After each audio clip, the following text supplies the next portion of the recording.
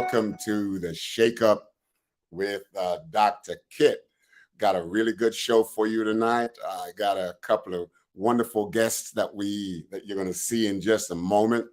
Okay, but while I'm here, let me just take care of some business. If you like, I'm going to ask you, just hit the like, share, and follow. It's because I believe that what we're doing is good for everybody. So just go ahead and do that. And if you have any questions or any comments that you would like for us to deal with, let's drop them in the chat, and we'll deal with them at the end of the show. And if you'd like to be a part of this show, okay, what I'd like for you to do is to email my team at drkit.com, and my team will get in touch with you, and we'll get you squared away, and you can come on here and do your shake up with Dr. Kit. Okay, all right. So that's what I want to take care of before we get started in here. And now I'm going to bring my guests into you. And they're a wonderful couple. I know they are. I'm sure they are. I haven't met them yet, but hey, oh, there they go. Look at them. Oh, yeah. How you doing? I'm doing all right. We just watched you. Huh? We just watched you. You just watched me? Yeah. Oh man, which one of you watching me for me? On the show. On the show. So now you got a heads up on what? Now you got a heads up on what I'm going to do, right? How crazy I get, right? That's what, and we need it. We all right with it. You need it. Oh man, that's good. That's good to know. All right. Okay. Well, listen. I'm gonna kick this thing off now, and I don't want to introduce you because I'm going to mess your names up and all this kind of stuff. What? You know why I'm going to mess your name up? Because it's after 6 o'clock my time. After 6 o'clock my time, my brain kind of adjusts. Understood. After you, lovely. Okay, I'll go first. My name is Maisha. Did you want me to tell you about me, or just my name, or? Listen. You can tell me your name and just give me a little short bio about what you like to do. You can even tell me how you met this guy right here. If you don't tell me, I want him to tell us. Okay. So okay. Yeah, that part. You like that part? Well, like I said, my name is Maisha. Dre and I met about, I want to say 2020? 2020.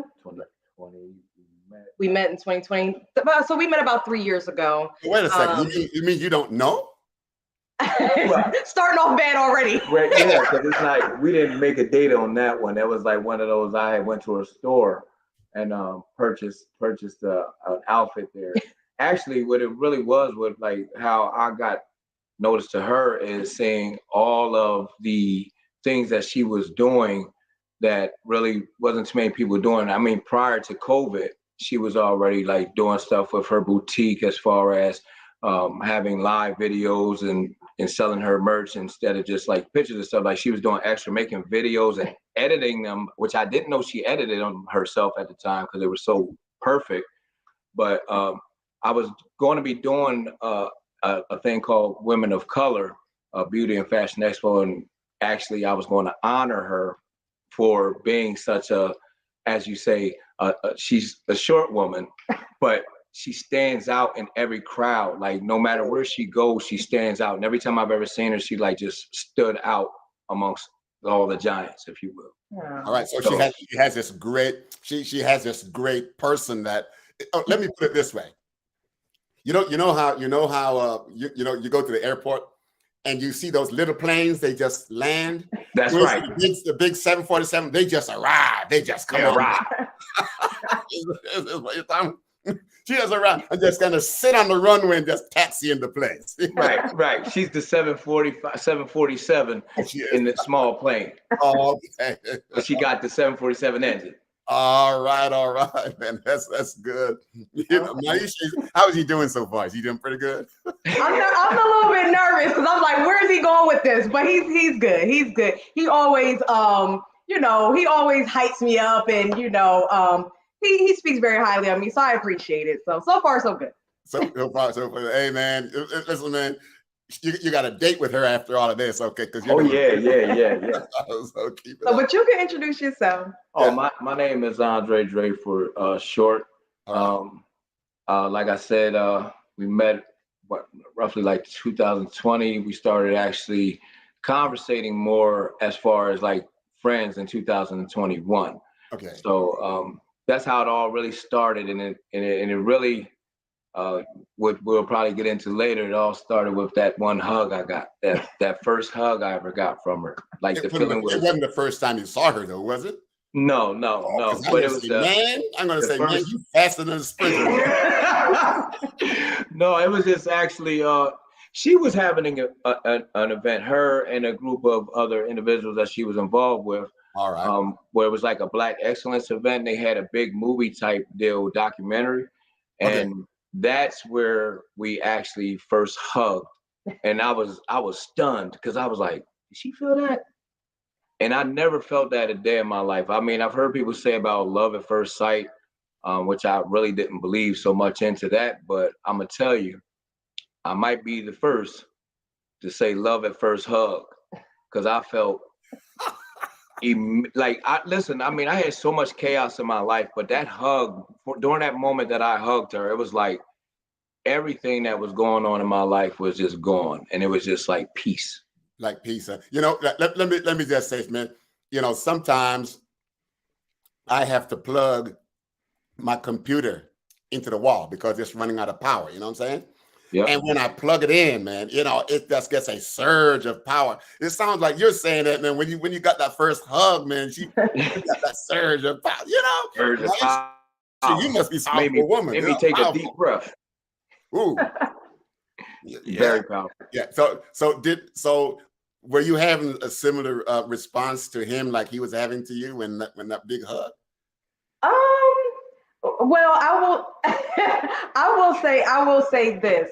When I first met Dre, like he stated, you know, he would come to my store. I had a boutique and he would come to my store, and I was doing like a lot of different events and things like that. So he would help out like myself and all the other women.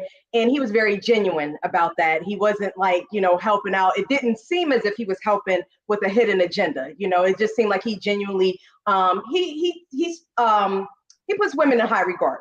And I really appreciated that. And so that was one of the qualities that I liked about him. He seemed very genuine, not just to myself, but to, you know, everybody around him. So that was one of the things that I really liked about him. We did hug, you know, at the event that he's talking about. And it was, to me, it was like a nice friend hug. And it was soothing at the time because I had a lot going on, and he like comforted me. So I did appreciate that. So that's how I felt that hug. Wow, man. Big hug, 747, comforting. We met you also, before I forget, because I didn't want to leave that out. It was a mutual friend of ours that actually introduced us. Like, it was her friend that she was a good friend with, and I was a good friend with, and that's how we actually got introduced. And then from there, it was like, you know, we ended up getting cooler and stuff like that. Started hanging out. Yeah. Okay. So that's the beginning. That's big. So you were introduced after you started working at the boutique, or before the boutique? Yeah, after I had my boutique open for a few years, and then I was having a launch for a men's line. I have a women's line, but then I was launching a men's line also. And my friend, she brought him to the boutique at the time, and that's where we initially met. And then from there, we just ended up, you know, having like really good chemistry, and just he and I would, you know, hang out. He was a good listener. He was just always available, and like all of the girls, we would call him for anything. Oh, Dre, we need this. Like whatever we needed, he was like, okay. He's like Johnny on the spot with it. So I appreciated that. So that was kind of like what sparked things off with him and I. Yeah, you know, Dre, man, when our kids were a lot younger, you know, years ago, they used to have this commercial on TV, you know, it was some kind of a cereal, and there was three, four kids, and nobody wanted it, and they slid it all the way down to Mikey. Say, Mikey will eat it. So Mikey started eating this. Oh, Mikey, give me some of that. You know, just reminds me, man, you're always there to make sure that you can help people. It's kind of a Mikey syndrome, but It's not a Right. bad thing, okay? Because if you can take the time to be present, not just in your physical presence, but in your emotional presence, and do that for people without expecting anything, man, that to me is the quality of a good man. Absolutely. I agree. I agree. I owe all that to my mother and my grandmother because that's who instilled that in me. Yeah, Just you know watch what? them. They might instill it in you, but there's got to be a piece of you that's willing to learn that stuff, though. Yeah, absolutely. I agree. Like, I watched my mother and my grandmother both, and I watched them struggle, and I seen how they made something from nothing. They made sure that even as a child, I had a Christmas, even when there was no Christmas to be given. They always made sure that, no matter what, I was taken care of. So it was like I seen how hard they worked. So I always appreciated that in any woman that worked very hard and was a single parent, especially Yeah. because like we just had a conversation about this before, and it's like I hear a lot of people say about how women are too quote unquote masculine, or they're too what they call uh, uh, alpha, excuse me, which Mhm. alpha basically just means to lead, which is fine, but they make a big deal about a woman being an alpha, and so to speak. But to me, that just means that somewhere along the line, we as men have failed our women for them to have to take on these strong suits and be the man of the house and all this, because we're the ones that's absent and not doing our part in helping them raise our children. And and even myself, I'm just as guilty as any other parent, a male that might have been absent in their children's lives because of the decisions I made that took me away from them. Yeah, so let me just say this here, that I don't think there's anything critical or negative about a woman leading, because what I think needs to happen here is, if there is a particular um, duty or function that needs to be done, okay, like with like my wife, if there are some things in this house that man, she is so good at what she's doing, okay, that I don't have a problem sitting back and just let her go. As a matter of fact, I'll tell you that, man, she likes to drive and I like to drive. We're driving long distance, I want to do all this driving, and she fuss at me. When am I going to drive? Are you going to sleep? And don't you want to sleep? And it's not because, and I got to get this thing out of my head sometime, that this is what men do. I'm in my role, I'm a caretaker. But guess what? Men need some caretaking also. And Yes. when you have somebody who's willing to take care of you, man, let it roll. You hit the nail on the head with that one. Yes, you Because did. that's I don't know if I should say challenges, but that's one of the things that we've discussed before, because as he stated, he's a giver, he's a provider, and I appreciate that, and I love that, and I respect that, and it definitely takes some of the weight off of me, because I'm also, I'm a giver as well, and I'm a provider as well. Mhm. So we come from these two different backgrounds, where I'm the lead in my home and he's the lead in his home, and now we're coming together to try and act as one, if you will, and it would be hard for me sometimes to let go of that, but it would be hard for him to let go. So there would be like a power struggle Right. at times with that. We're getting better with that. I can say that's not really one of our like challenges too much anymore, I don't think. Like I would even, like, he would go and open the door for me, and I would already have the door open, and he would be like, why are you opening the door? And I'd be like, oh, I'm sorry. So, it's like a give and take. That was like a learning process that we both had to, kind of go through.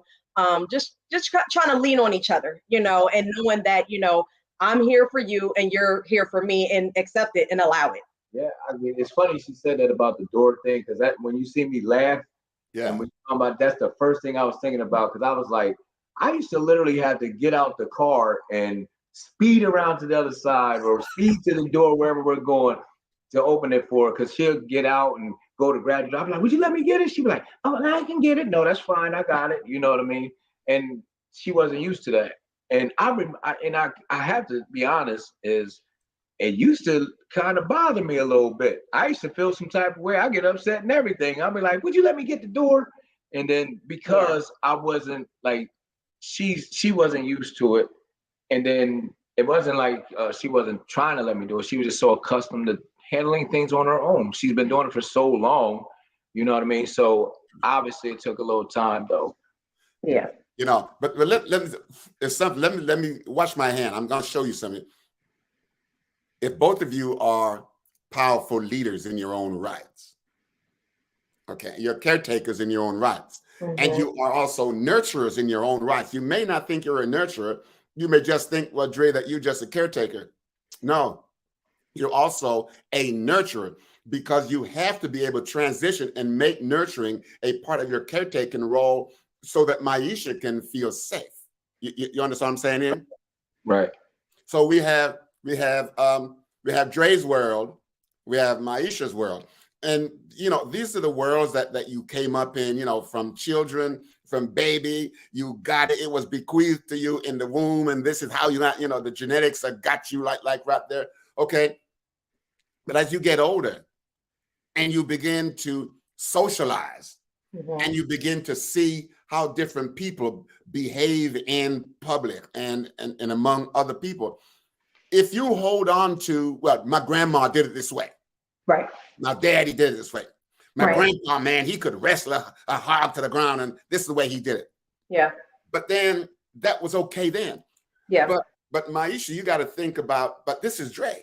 And Dre got to think about, this is Maisha. So if you say, well, listen, this is what's going to be done. Watch this. And you're going to be doing this all day long. And we do. All day long. And we do. Listen, I'm not hitting my fist very hard, but I tell you this, if I do it long enough, it will hurt. It's still gonna hurt. You know what's gonna happen when things hurt? Somebody's gonna quit. That's right. Somebody's gonna quit out of this relationship. But listen, if you are willing to go from this, you say, well, yeah, this is the way I used to do it. This is when I like to open my own doors. You know, it's kind of an open up, and you kind of go back and forth, back and forth. I open up. And when you feel safe, the more you feel safe, the more you open up and allow the other person to enter into your world. Yeah. And be a part of your world. And being a part of your world is really being a part of you. Yeah. It's not just something out there. You see, and when you do that, fast forward, eventually you can get to this. Oh yeah. Because you want to move away from this. Right. You're safe and you feel like you're in control. Yeah. Yeah. But when you're willing to open up and do this, and now you come together, there is a sense of interdependency that you have, believing that each other. And when you lock like this, you see this grip that I have here? It's one of the hardest grips on the planet to break. Yes. This grip, like right in there, because each person is putting everything they have into this. Now, I'm not saying that you should grip like that to your own detriment of your individuality. That's not what I'm saying. You got to know when to do this and when to do this and when you do this without doing what? Abandoning each other. You know what I'm saying? And without the other person feeling abandoned. So there is this kind of a close, hey man, we're good like this, but we're good out here too. You just don't want to get this. And that's one of the things, like, so I think that, so for me, I've definitely learned to allow Dre to be the man that he is and that he wants to be, and appreciate that.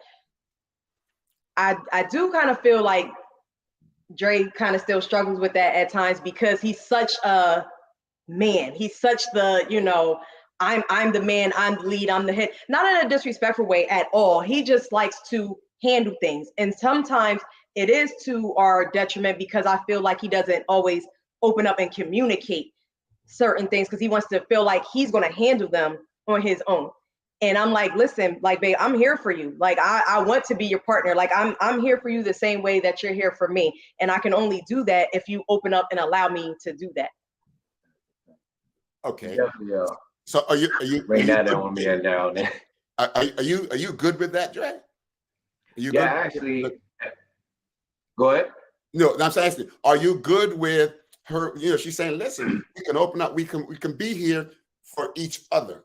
This coming together like this. 100%. I mean, honestly, like she has said, like it was a little bit of a struggle because, like, for instance, like I said, I'm so used to doing and being the man, if you will, whatever. But it's not, the thing with it will be is that in my mind, I'm lightening the load off of her, but the communication of lightening this load wasn't like it should have been. Like, to be more clear on things, and even to hear her out too as well, because I had to understand too, like she's been doing a lot of things a long time prior to me as well, regardless of the fact of the fields that we're in the entertainment business and as well as like fashion and things of that nature. So yeah, I had to definitely learn how to take a back seat and allow her to stand in front and lead on a lot of things. Because she's just very good at what she does. And sometimes, like, I had to realize, you know what? She got it. She's really good at it. Let her have it and go with it, because she's actually has taught me a lot in the process. But listen, I like to work out, and I go to the gym and throw some weights around here and there. I don't throw it at anybody else. I just one of the crazy man's in the gym. In the old days, we used to talk about throwing up some weight. Now that's when we were throwing up some weights. Right. But even back then, when I had a workout partner, and there were some weights that I felt comfortable managing, lifting, squats, doing whatever it was. I was okay doing that particular poundage, that weight. Right. But when I want to get beyond that to where I'm entering into the land of a struggle, you know what I'm saying? I'm getting into the place of a struggle. Right. And the thing about a struggle in the gym is this: if I don't struggle past where I'm comfortable, I won't grow past where I'm comfortable. That is an absolute fact. Being a gym rat one time. And so therefore, in order for me to feel like I can do what I can't do, I got to have my spotter. Okay? I got to have my spotter. That's right. And the thing about a spotter is this: it's not just trusting my spotter. I have to trust myself to be able to trust my spotter, that my spotter won't let me get hurt. Yeah. You understand what I'm saying? And and at the core of this spotting business that I'm talking about now, it is this word called trust. Trust. I have to trust myself, trust my spotter. And so what I'm saying here now is that Dre and Maisha, you are spotters for each other as you go through this. Why? Because you will always have your struggles. And if you don't have a struggle, you won't grow. And if you run away from struggles, you won't grow. Everybody's got a struggle. You got children. I remember when our kids were small, they would struggle to walk. And, when they was trying to walk, they're struggling to drop on the floor. We didn't go pick up, you're going to do. No, we let them struggle. There are some appropriate struggle that does not impact negatively the growth and development of a person. So you got to struggle. And so therefore, allow each other to go through your struggles, but also be there as spotters when necessary. I like that. I like that. I love that analogy just because of the fact of being involved in lifting weights and stuff like that. So you're definitely right about that. I'm not gonna lie, it's been times I've had some weight on there and I look who my spotter is. I had the lighter weight. I'm like, I don't know if I want to do it with this heavy weight. But you said, you really do have to trust and let them go, because when that thing drops down and you can't push no further, they there to help you lift it up. Yeah. And that's, in all honesty, it's crazy with that analogy, because that's exactly what she's been. She has been that. She's been the one that's lifted it up, even when I wasn't even trusting her to be able to hold the weight. She was still pulling it up regardless. And he definitely does the same for me. He's definitely, come into my life and lighten the load. Dre is a great partner. Like I said, he's a great provider. He's a great listener. He's a good friend. However, we do have some other struggles. Now, the kind of leaning on each other, I think we're working through that. Everything's a process, and I feel like he's worth that process to go through. So I'm patient in that sometimes. At least he was honest with that one. You see, sometimes. The main struggle for me though is that communication piece. That's where we have our biggest struggle comes with the communication. Like my communication style, I'm very much I like resolution. So if we are having an issue, I want to find out how we can resolve the issue. I want to talk about it and see how we can resolve it. I don't like to yell. I don't really like to argue. Because I just feel like there's no resolution. We're not listening to each other. We're like doing like this. We're talking at each other. There's no resolution in that. So I'll shut down. But that's one of like my trauma responses, and I can get into that later. But that's like a trauma response for me, to just like shut down from things that I've gone through. So it's like, if we can't resolve it, then I'll run away. Like I can't do it. So you get to that fight or flight kind of a thing, right? So you don't want to fight, so you fly. Yes. But you know what though? But let me tell you this. You know what they say? It's a fight or flight. Yeah. You know that in order for you to get to the flight, you have to fight with this thing inside of yourself and come to a decision about, I don't need this. So I'm fighting against this internal piece. And now the flight is, I need to take some time away from this struggle that I'm having here. So it's about either fight or flight. So I think it's a piece of both the way I understand it. You know what I'm saying? So Dre, what do you think about what she's saying? She's saying, listen, communication now. Oh, she's telling the truth. She said, but the communication really, I mean, to be honest, the communication is on me, because I don't have a problem with the way she communicates with me. Honestly, that's not one of the issues that I have with her at all as far as communication. She's very well communicated.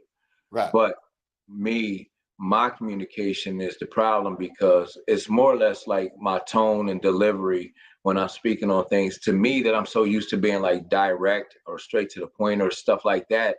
I'm not looking at it like I'm being short, aggressive, or maybe a little overbearing, or maybe even offensive, maybe at times, because I'm just looking at it as being a direct or straight answer or something like that. And also, if I have a little annoyance with me, it definitely comes off as sharp and things like that. Now, mind you, even knowing her past and what she's explained to me about certain things, I still, even when I might talk softer now, because where I used to be a little louder, now I'm softer, but the tone is still the same, or the sharpness still comes off the same. So even though the volume isn't up, it's still the same delivery that's not right. So that's something that I've been like looking at more so on what I consider being direct, straight to the point, and try to watch how I deliver when I'm thinking that way. And I also told her just the other day, I said, you know what, I'm just going to end up just nodding my head in agreement, rather than as she would say sometimes, waiting to respond, so I could just listen to hear her out all the way and not, say anything back. Because if she's giving me what's wrong with her, then it's my duty to listen, correct? So if I'm saying, hey, well, I didn't mean it that way, and this and this and that, I'm still not giving her time where she has told me to let it all out and get it all out and hear her all out entirely, and not worry about the fact that, hey, babe, I didn't mean it. Just let her get it off. And when she's done, be like, okay, I'll take a look at that and apologize regardless of how I feel about the situation. Can I just say this real quick? Yeah. In no way, shape, or form am I ever wanting him to shut down and not be able to communicate back how he feels at all. I want us to both communicate how we feel, but I want it to be effective communication. I don't want to me, the tone is aggressive. That's how I take it. I take it as aggressive sometimes. And if it's aggression, I'm going to shut down, because, just some things that I've been through in my past and relationships that I'm not willing to tolerate or accept. So if I see a hint of it, I have to, immediately shut it down. Now, I will call his attention to it. I will say, you're being a little aggressive right now. I need you to please bring your tone down. This is not how I'm speaking to you. So I need you to meet me where I'm at and let's go from there. And sometimes I will say, okay, then I'm gonna walk away because he's still up here. And I'm just like, well, we're not getting anywhere. Right. But I am 100% open to him communicating how he feels. I never want him to just, yes, you're right. Like, if I'm not right, tell me I'm not right. I don't want you to yes me to death at all. Like, that's not the resolution. Again, I'm a resolutions type of person. So just yes is not the resolution. That's a Band-Aid. I want a resolution. Well, I mean, just to be clear too, I mean, I wasn't saying it like as far as yes and not.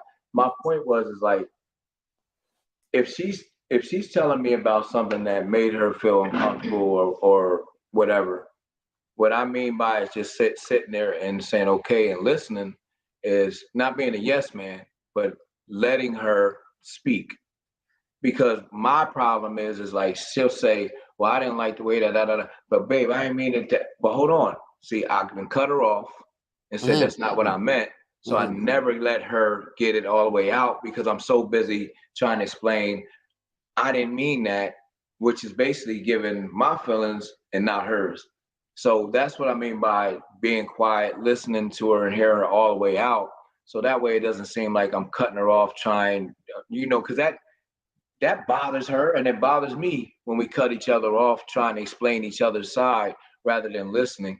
If that's the case, she's more of a better listener than I am as far as when it comes to that, because she will listen. Me, I always want to let her know that that's not how I meant. But if I'm not listening to her in fully, and that might be the issue, is the fact that I haven't listened so much in full to have a better understanding of everything that she's saying, because some point I'm missing something because I'm worried about what I want to say. Okay, but let me just kind of jump in here for a second. First off, let me say this. It's impossible.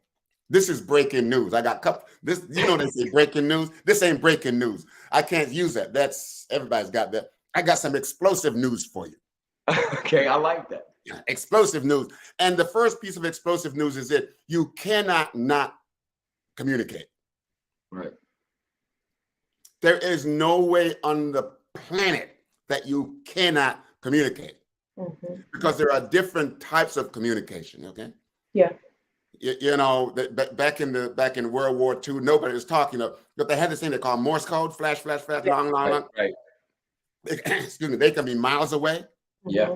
Ain't nobody saying nothing, not looking at nobody's face, don't care how people are dressed, but you understand the message. Yeah. And the reason they understood the message is because of this, what I call a CLU, clue. It stands for Common Language of Understanding. When you have a common language of understanding, what you're really doing is saying, listen, I understand me understanding Dre. I understand me understanding, Maisha. And when you do that, you develop a common language of understanding, a common language of talking to each other. But the other piece of explosive news is this, which I think it's really destructive. Yeah.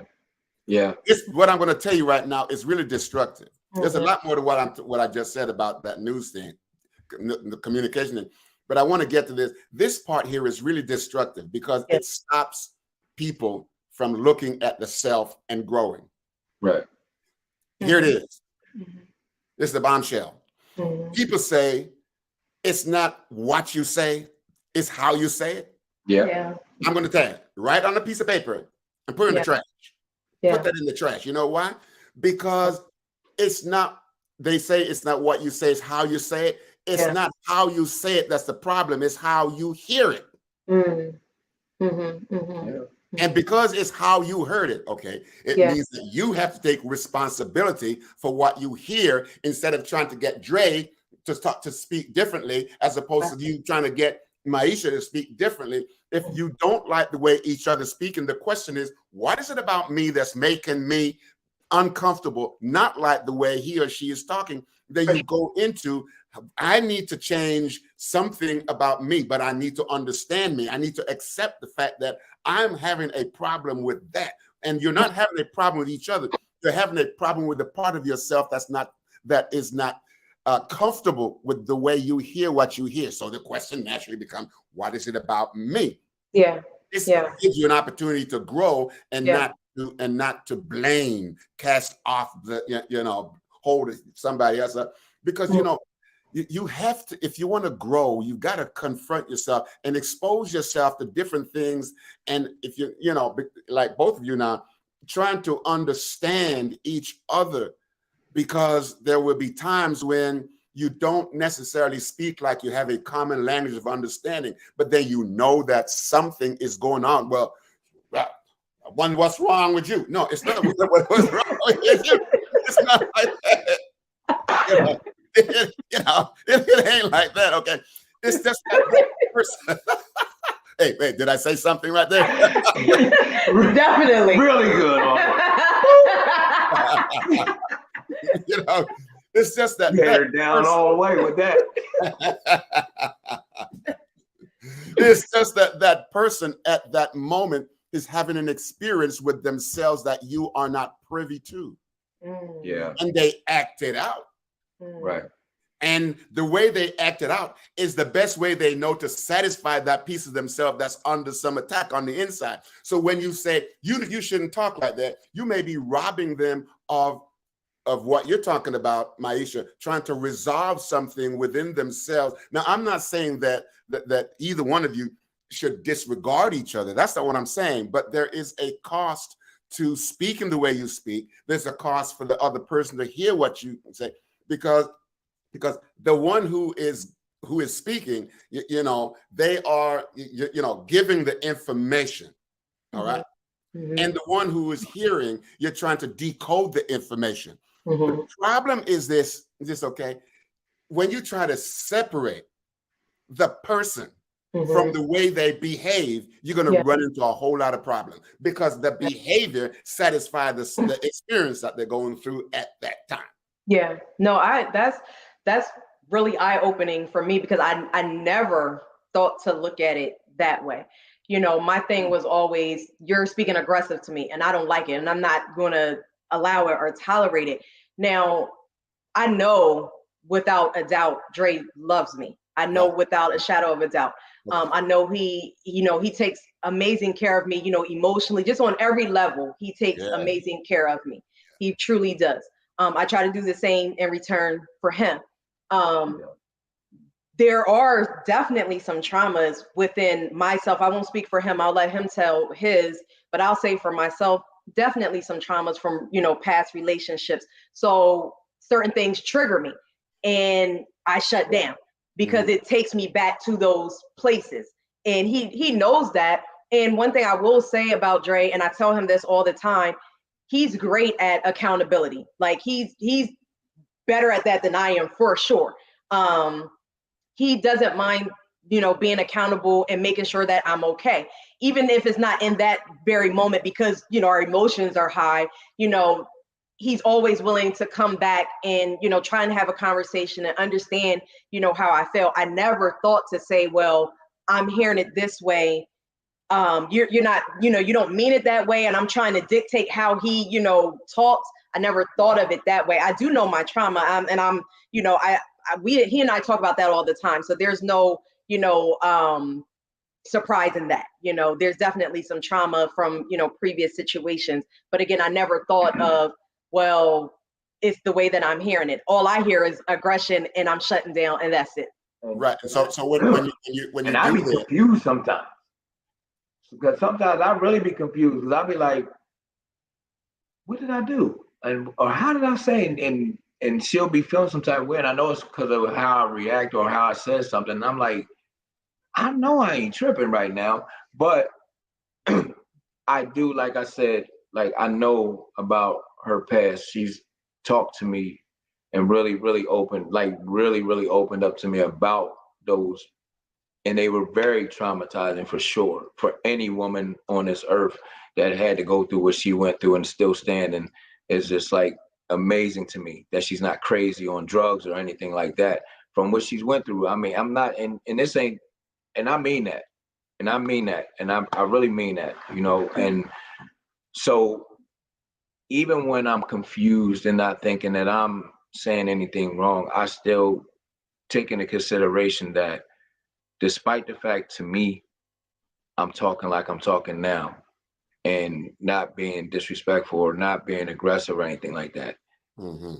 It may be something that she said to me, and maybe just the way I turned, or maybe the way I looked, or maybe the way that I did emotion or something like that, that triggers her back to that painful experience that she's had. And I understand, like, when I'm confused, I'm like, well, it can't be me, but what can I do? I still try to, no matter what, try to work it and try to be very mindful of how I speak to her, because I know of these traumas and I know that the slightest thing can trigger her by an action or wordplay and delivery. So I mean, I I'm gonna work on it regardless, because I love her unconditionally and she's worth every bit of that to me. And she's definitely listens to me. So, you know what I mean? I just want to be able to make sure that my delivery doesn't hurt her feelings in any type of way, because that's never my intent. I don't never want to hurt her, even when we don't agree on things. And I could be pissed all the way off, if you will, to the moon about something, but I don't want that to come down on her and things like that. And I've also had some other things that were going on with me that, you know, I might come back and I might react a certain way. And I've told her, I'm like, babe, it's not you. I just got a lot of other stuff. But the problem with that is it should have never came out on her regardless. Okay, let me just say something here. What I think I'm hearing and feeling right now about the quality of your relationship, you know, it's a matter of moving away from informing each other about each other. That's good. You want to move away from informing, telling each other about each other. Here's where you really need to get. You need to get from that to this place. Mm-hmm. The place you need to get to is you are sharing yourselves with each other through this medium, this mode, whatever mode it is, but you're sharing yourself. You know what happens? You know what happens, like sometimes me and my wife were sitting here, and the kids are all gone now, so me and my wife, we're just sitting there, and she's eating something, some ice cream or something like that. Like she knows that I flavored. She said, "Hey, want a spoon of this?" I said, "Yeah." She is not giving me ice cream. She is sharing a piece of herself with me through the ice cream that she likes, because if she didn't love me, she wouldn't waste her good ice cream on me. So what I'm saying here, that's right. So what I'm saying is, if you can get to the place where you're saying, Dre, Maisha, I want to share a piece of myself with you. Let me tell you about what happened today. You're no longer informing each other. You are sharing, because now you're sharing your thoughts, your feelings, your emotions. You're sharing all of those things, and the love you have for each other should allow you to embrace each other like this, not just the info, but you are now getting into the other person's world and making it a one with yours. You understand what I'm saying? Now, when you get to that level of communication, you're really trying to tap into making a unified whole with both of y'all. Yeah. That's good. I like that. I really like that. I do too. Yeah, I do. I like that. So communication then is that piece of you that you're willing to, but that communication comes with risk, right? Oh yeah. Oh yes. It comes with a lot of risk. But I want to go back to something that you said, Maisha, and that you're saying, well, you like to solve things, you like to resolve things. That's well, do you know that if you might be in a rush to resolve things, okay, that's a left brain thing. You're thinking about how to do this, how. You're trying to resolve over your left brain something that's going on over in your right brain about how you're experiencing yourself. And in your rush to resolve it, you might be in a rush, not knowing this, getting away from you, getting to know you and understand you in a very positive way about what is it about me that's going on right now that I don't like, that makes me want to go to resolution and get away from this thing. You know, you might miss a growth opportunity right there. Yeah. Yeah. Right. I just, I think one of the things for me is like, and Dre will tell you, like, when things are chaotic, when I feel like things are chaotic, like it drives me insane. I like structure. I like organization. I don't like things all over the place. It drives me crazy. And I feel like a lot of times, like when the communication is bad, it's chaotic and it throws me off. And I like the peace. I like when we have peace. I like when we have the calm. I like when we're getting along. Now, I do understand that we won't always get along. Like that's not an issue because that's just life. That's just what it's going to be. I don't know. It may, like, and he knows, like, it makes me sad when we're not connecting. It makes me, it makes me very unhappy when we're not on the same page. So I want to quickly resolve it so we can get back to the peace and get back to the calm and there's no chaos. Yeah, and she does, because I mean it's times like we've had our little spat and we're not talking. We're walking past each other, nobody's saying nothing. I'm not looking her way, she's not looking my way. We both in the same areas and all that type of stuff. And then later on, it's like she'll come up and I'll be like, "You all right?" She'll be like, "I'm sad."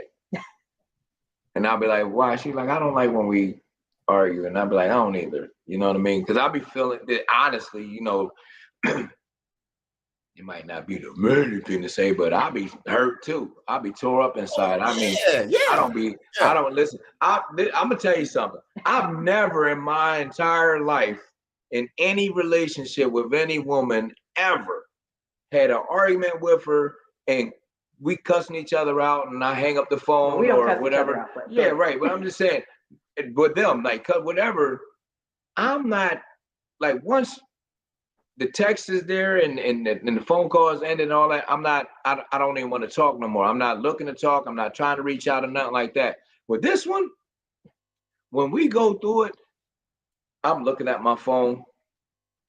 I'm still sending her a text, checking on her, make sure she, took whatever, like if, for instance, her iron pill or something like that. You take your iron pill, baby, she'd be mad. Yes.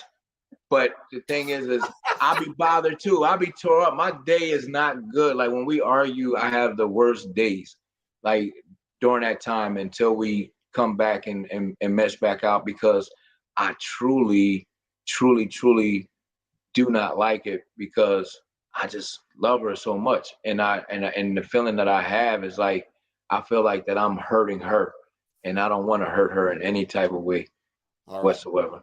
Let me just say this. When there's so much power in silence. Mm-hmm. Mm-hmm. When you're walking by each other like this, that's walking by each other like this. So much power in silence. Let me tell you something. When you don't find a positive way to communicate, and I'm not saying that you should negate the fact that you're feeling the way you're feeling. You need to some time to deal with it. But if you're walking by each other in silence, if you have to, well, that's one thing. But if you don't have to, but you do it, okay, you're really reminding the person, "Hey, I'm here," but you're really not saying, "Hey, I'm here." You know what I'm saying? And so what happens here is that when you have this silence, like in the house, what you're really doing is you are disengaging from the other part of you that resides in her. Right. And Maisha, you're disengaging from the other part of you that resides in Dre. Mm-hmm. And when you disengage from one part of yourself, no matter where it is, you are fractured. Yeah, for sure. You are not a whole person. You understand what I'm saying? Yeah, for sure. Right. Yeah. I surely don't be feeling whole when we be going through it. I feel like a part of me is gone. We're both pretty heartbroken when we have disagreements, I will say, there hasn't been a time yet that we've gone more than like a day, like a full day of not talking. And that's mostly because we be at work. Well, I mean, like if we're having a disagreement and we're not getting along, Right. Okay. we will try to resolve it. We will try to resolve, even if it's not right in that moment.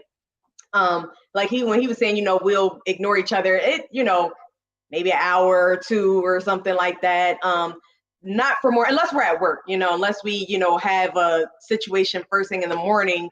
But then by the, middle of the workday, like we usually try to, come to an agreement. Then by the end of the day, we come home. It's like, oh, I miss you so much, and we let's. mad at each other sometimes, and it'd be like, so if I go in there and if I do get something to eat or something to drink or something, I'll be like, you need anything? She'll be like, no. All right. And she'll do the same thing. Like I still cook, she and still cooks, and I'm still here, so there's no poison in her. So, and then it's always great. So I mean, I've come home to like coming in the house, and we might not have been seeing eye to eye on something, and I come in the house, and she in there just to cooking away, bring me the plate and all that. You need anything? Going about her business, but I still be like. Yeah, I won't sit and eat with him. So that'd be like hard because I'll still bring him his plate and make sure he's eating, but I won't sit and eat with him like we normally will. So, I mean, it's certain things that we definitely are trying to work through. I will say, you giving me a different perspective of hearing, how I hear things versus how he means to deliver them. And, that's very insightful for me. And I'll definitely, take that and look into that the next time we have a disagreement, because there will be a next time. That's okay. I'm gonna look at it the same way for me as well. Though, yeah. Okay. So what I'm saying now here is this, that this disconnect that you have from each other, when both of you kind of charge each other's emotions, right? Mm-hmm. Yeah. If I pull my computer cable out of the wall after a while, if I don't plug it back in, after a while, my computer will be useless.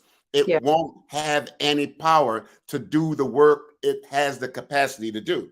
Yeah. So if both of you empower each other, you want to make sure that you are connected as much as possible. Now, I'm not saying that you should not take your own solitary time, your own time with you, to ask us, and taking your time, there shouldn't be a time which, man, I'm just going to just look at kick back and just close. You might want to do that.